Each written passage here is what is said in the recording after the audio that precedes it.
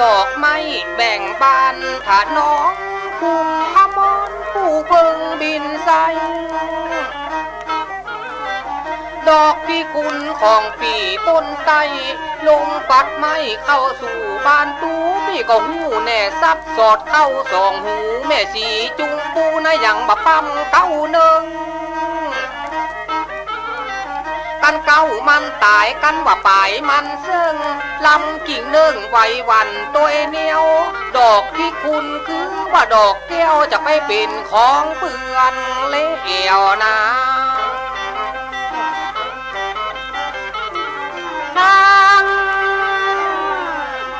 เต้านางเก่งมันมาทอนบ่ไว้เปลี่ยนคอนเก่งใบไหนเรามีแต่ลมของพี่ปั่นเขามีแต่เก้าไว้วันคอนเสียนกิ่งมันแต่ยังบ่แสชาเลือนมันบ่เหมือนลมเจ้ยลมเผยเจือนั้นใจคำนี้นั่งตึงนิ่มเสียงมันบ่เป็นของใครคนใดเปรียบเหมือนกระจกเป็นแก้วเงาใสตึงบ่ไว้คนอย่างใจนะตัวพี่น้อยจะขอทองขอถามตามกำลมที่เปิ้นเล่าเขาว่านายมีจู้เปิ้นมาติดประจำเข้าของเงินคำเอามันไว้แล้วพ่อแม่ตั้งสาวตัวนายน้องแก้วตกลงเปิ้นแล้วป่าใจกาหาเปิ้นจักกินแขกแต่งงานวิวาแถมเมื่อใดจ่าพี่ก็ไข่หูเก่าพ่อตัวคำใจพี่ผสมเปิงเจ้ามาเขียมเข้าของเงินทองฝ่ายตั้งนายน้องบ่ใจจิตพ้องจะมาละหมองตำก็เออยู่ตัวอีน้องตึงบลาไหลลงการตกลงเพื่อนยังบ่เลวขอจนตัวปีไปห้อยแก้วพอน้องใครหูกำผู้กำจาการที่พี่น้อยไอมาปรึกษาจักว่าเลยจ้าน้องบ่หูการที่ตัวปีมาผู้จักเอาเป็นจู้หรือจะโอเป็นเมียหรือว่าจักลบล้างตุ้มได้ให้เสียบ่เอาเป็นเมียหรือจะทิ้งเสียแล้วหรือจักเอาเป็นเมียนางจังแก้วจู้เป็นผู้ของนี้ขอให้มันแน่เจนแจ้งใจจริงจะไปจูพังยิงนาดน้องนา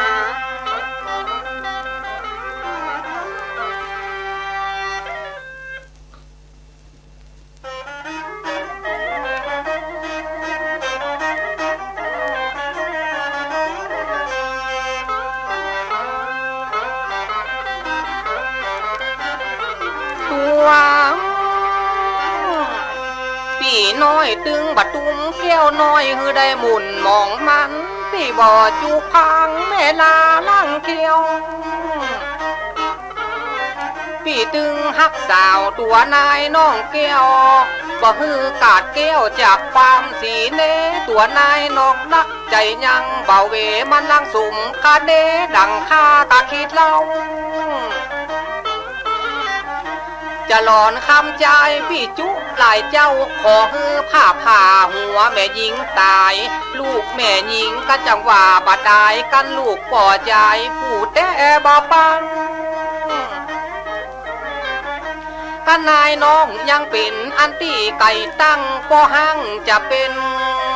พ่วงคืนอูบัดผูกวันผูกค่อยมาคืนอูกันเมื่อคืนกันเมื่อเจ้ากันว่าตัวคำยิงตัวนายน้องเน่าบ่มีไผห่วงไผปานพี่ขอสาบานกับนายน้องน้อยบ่คือเสียเวลาต่ำขอเอนะตังผู้เก้าไว้เป็นไม่เต้าหลักฐานหันแล้วกาสีมาโกจัง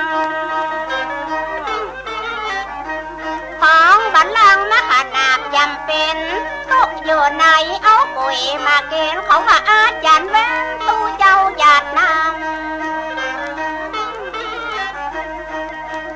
นายยังเพื่อนสั่งของบาลังมาขนาดจำเป็นก้อนว่าไอ้สีมาแม่นกำซอนเวนตึงจะก้อยยองเย็นบ่คือไผได้หูก้อนพ่อแม่ปิดตาตั้งอายบ่สู้ก้อนได้เป็นผู้จากนี้บ่ยอมห้องตึงนักบนใจมาตึงวันอ่องมองลางใดนอนกอมน้อยนะ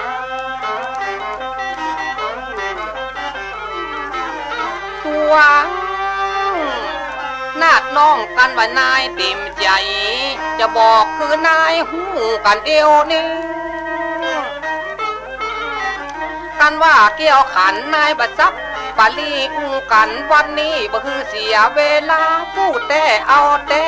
ขาไก่ขาคดหาสีมาตัวข้าพี่น้อยเขาจะตีเอาแหวนนั้นมาใส่ก้อยใครได้เกี่ยวหน่อยคนดีตัวเป็นสาวจีมานั่งใกล้ๆมันก็สีวิไลแต่นาว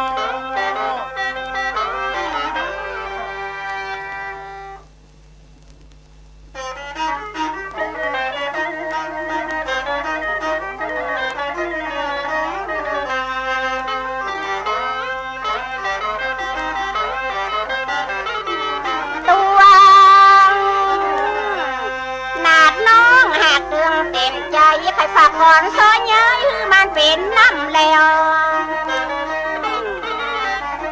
เพราะว่าสีมากับอีน้องขันเกลียวห่างกะแค่เปิงกันแน่นนะเขาว่ายกย่างย้ายเหมือนกันแต่ว่าดาพี่ไอสีมาคือลำเปิงลำตัวน้อยน้องตึงใจต่างกันใดพี่จานมาเป็นขวาเป็นหักแล้วตึงป่ากินแหนงหวังแม่หวังแฝงสีมาพี่น้อยมาจะเอาแสงนั่นมาใส่สวยมาจะเอาสายสวยนั่นมาใส่แขนฟันเฮาฟันให้คุณใจกินแตงช่วยกันจัดแจงเอาหัวล่ำไว้ถ้ากลัวก็เนยกลัวว่าบาดใดตึงได้เหินเมื่อนั้นลักก็อ่อนใจแฝงแป้งก็อ่อนใจได้เป็นของไผ่จางตึงนาตัวปีฮักเหลือหมอกตึงบ่จางบอกปั่นไผ่นายนายังเพื่อนสั่งมื่นตากว้างหวังจะพอตั้งยาวพี่ก็หวังเป็นหาวไม่เศร้าง้ำกำการว่าพี่ตกน้ำน่าจะไปฟังพอฟังตุ้ยพี่เป็นคนผอมน้องของเป็นคนตุ้ยจะไปฟังตุ้ยต่อซ้ำมาเนอ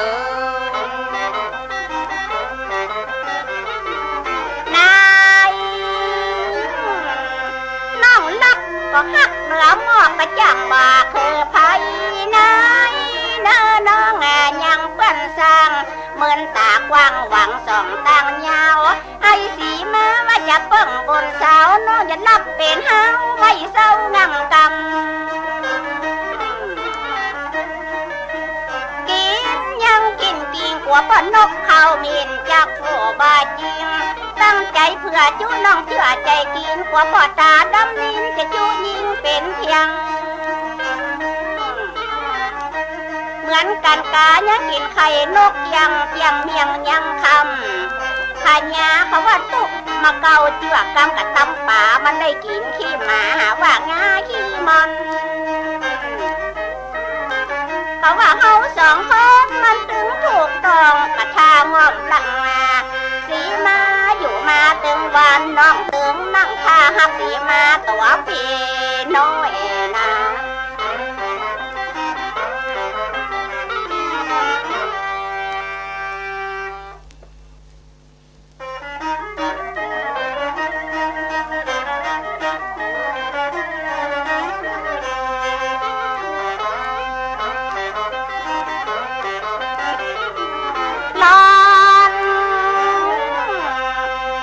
น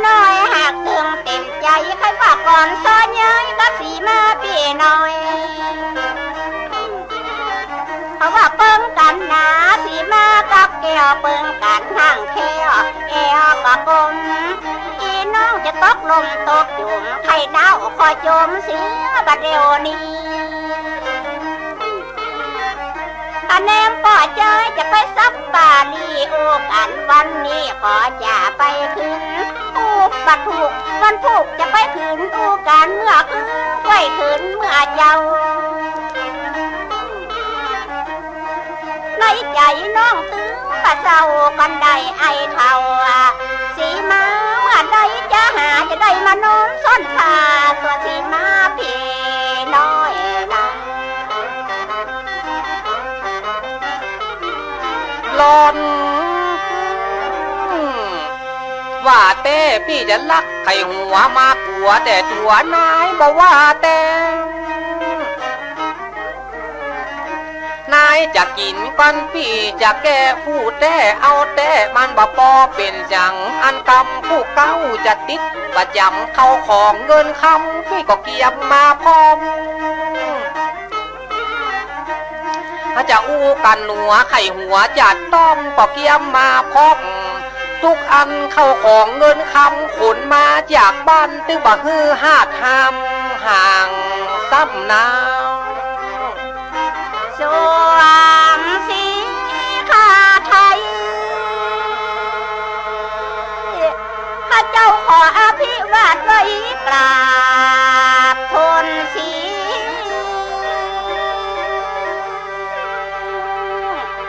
ดิลกลัดนาลือบอดีขอแท้โคลีฝาละอองบาทเจ้าเดชพาคุณพระปลกเกตเก่าเท่านี้ขอกราบทุน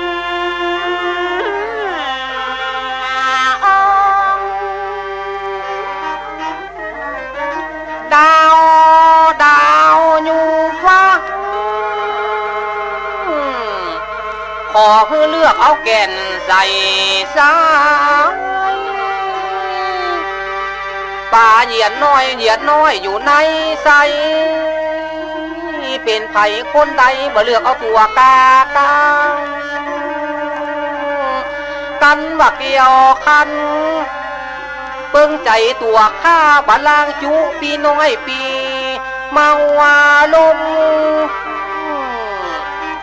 แนมปอดใจปวดแต่เอาแต่กะเอ็นน้องขันแก้วตึงบาจูไปกายผู้บาดอกถึงบาหยอกบาได้ถึงบาจุปอดใจไอ้หมายไปเท่าเขาวัดตะซ่อนตบได้มาพบใส่กันสีมาแก้วขันปึงกันแต่เรา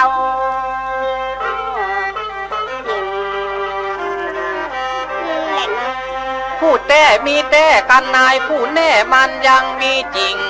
กินแกงหอยอ้อยพักผู้ลิงตึงบะอ้างบะอิงพ่อแม่สองเท่าแกงอ้อมนุกแลแกงแค่นุกเขาข้าก็ห่างตึงเมาแต่เมื่อเนิ่นก่อนนั้น